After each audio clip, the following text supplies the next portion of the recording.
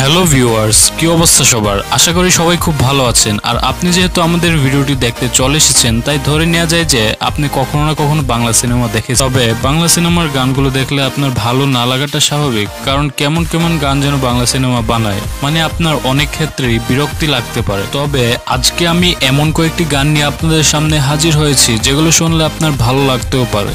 যদিও একটা প্রশ্ন থেকেই যায়, বাংলা ইন্ডাস্ট্রির গানগুলো থেকে বলিউড কিংবা হলিউড বা অন্যান্য ইন্ডাস্ট্রির গানগুলো খুব ভালো হয়।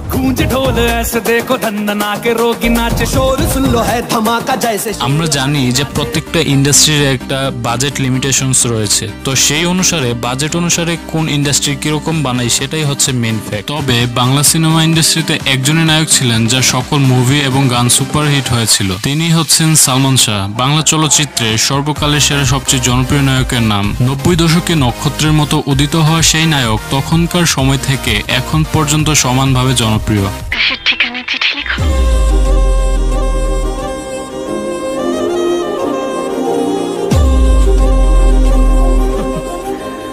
আমি একটা মানুষ, আমার আবার প্রেম।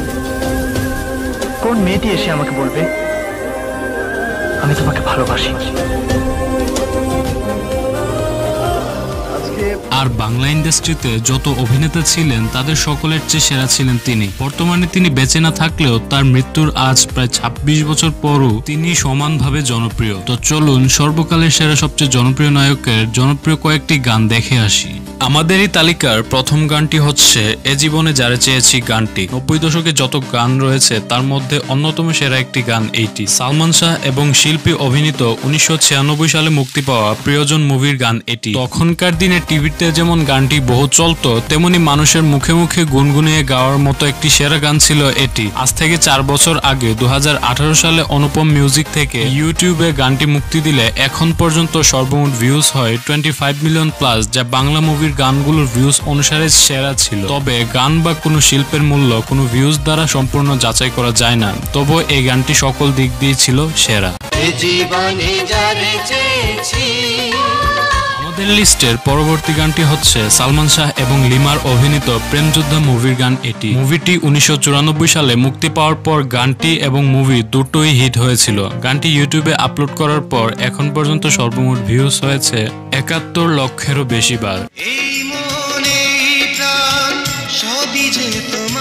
বাবা বলে ছেলে নাম করবে, ছেলেটার মা নেই। বুক ভরা আশা আর কঠোর পরিশ্রম দিয়ে ছেলেকে অনেক বড় মাপের মানুষ বানাতে চায় বাবা, আর ছেলেও সেইভাবে বাবার কথা মতো ভালোভাবে পড়াশোনা করে যাচ্ছে। আর সেই পার্টিতে বাবাকে উৎসর্গ করে গাওয়া ছেলের এই গানটি ছিল দুর্দান্ত এবং সুপারহিট। আর এটি ছিল 1991 সালে অভিনীত সালমান শাহর প্রথম মুভি কিয়ামত থেকে কিয়ামতের একটি ব্লকবাস্টার হিট গান, যেটি 1993 সালে মুক্তি পেয়েছিল। বাবা বলে ছেলে নাম করবে, সারা পৃথিবী তাকে মনে রাখবে। এরপর আমরা যে গানটি দেখব সেটি হচ্ছে এই দিন সেই দিন গানটি। তো এটি হচ্ছে সর্বকালের সেরা নায়ক সালমান শাহর স্বপ্নের ঠিকানা ছবির গান। এই গানটি 90 দশকের অন্যতম জনপ্রিয় একটি গান ছিল। আপনি যদি গান লাভার হয়ে থাকেন তাহলে এই গানটি অবশ্যই আপনার লিস্টে রাখতে পারেন। কাছে পেলে সুখ লাগে, আগে ভাবিনি।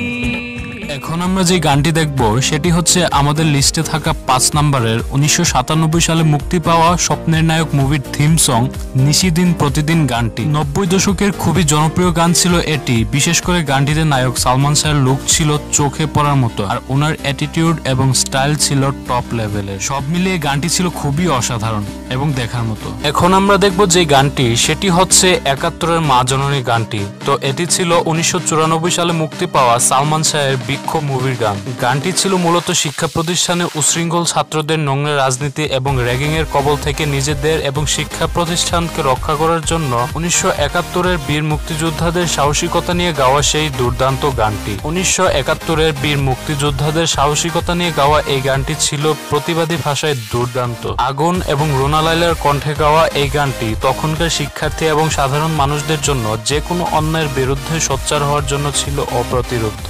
71-এর মা জননী,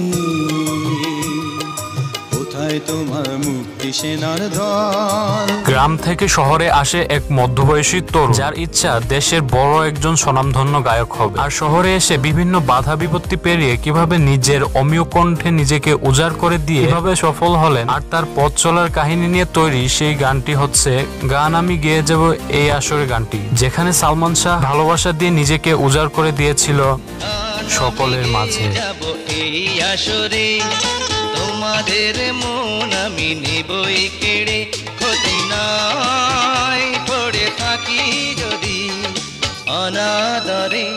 আমাদের তালিকার 10 নম্বরে রয়েছে সালমান শাহের বহুল জনপ্রিয় মুভি তোমাকে চাই এর থিম সংটি। তো গানটি 1996 সাল থেকে পুরো 90 দশক জুড়ে ছিল জনপ্রিয়তার তুঙ্গে এবং বর্তমানেও গানটি দর্শকদের মাঝে ব্যাপক জনপ্রিয়। গানটিতে সালমান শাহের নজর কাড়া লুকের পাশাপাশি তার ব্যবহৃত শখের গাড়িটিও ছিল এই ভিডিওতে। তোমাকে চাই, শুধু তোমাকে চাই, আর কিছু জীবনে পাইবা না।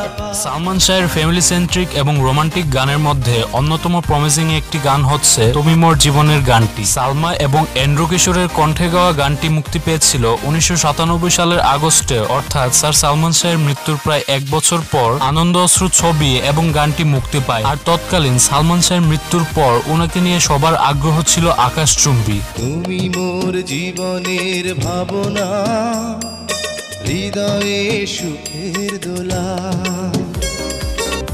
এখন আমরা দেখব সালমান শাহের অন্যতম একটি ইমপ্রেসিভ এবং ইউনিক একটি গান, যেটি হচ্ছে ও সাথীরে গানটি। তো একই নামে সালমান শাহের দুটি গান রয়েছে, যেগুলোর আবার ডুয়েট ভার্সন রয়েছে, অর্থাৎ একই গানের একটি স্যাড সং আর একটি হচ্ছে রোমান্টিক সং, দুটি ভার্সন রয়েছে। তো 4টি গানই ছিল খুবই জনপ্রিয় এবং হৃদয় কাড়ার মতো। তো একটি গান হচ্ছে স্বপ্নের ঠিকানা মুভির, যেটি মুক্তি পায় 1995 সালের, আরেকটি হচ্ছে প্রিয়জন মুভির, যেটি মুক্তি পায় 1996 সালে। কখনো দূরে সাথী রে, যাব না কখনো দূরে।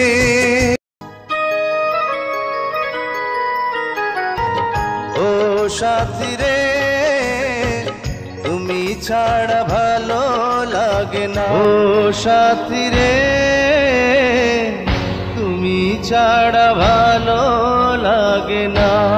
আমাদের লিস্টের সর্বশেষ এবং সবচেয়ে জনপ্রিয়তার দিক দিয়ে অবস্থান করছে বাংলাদেশের ইতিহাসের সর্বকালের সেরা সবচেয়ে জনপ্রিয় নায়ক স্যার সালমান শাহ এর 1993 সালে মুক্তি পাওয়া তার অভিষেক মুভি কিয়ামত থেকে কিয়ামত মুভির অন্যতম সুন্দর ও হৃদয়স্পর্শী গান ও আমার বন্ধুগো গানটি। বাংলা সিনেমার সোনালী অতীত 90 দশকে মুক্তি পাওয়া সালমান শাহের ক্যারিয়ারের এবং বাংলাদেশের চলচ্চিত্র ইতিহাসের সর্বকালের সেরা সবচেয়ে জনপ্রিয় এবং মনোমুগ্ধকর গান এটি। 90 দশকে গানটি যেমন তুমুল জনপ্রিয় ছিল, তেমনি এখন পর্যন্ত গানটি সমানভাবে জনপ্রিয়।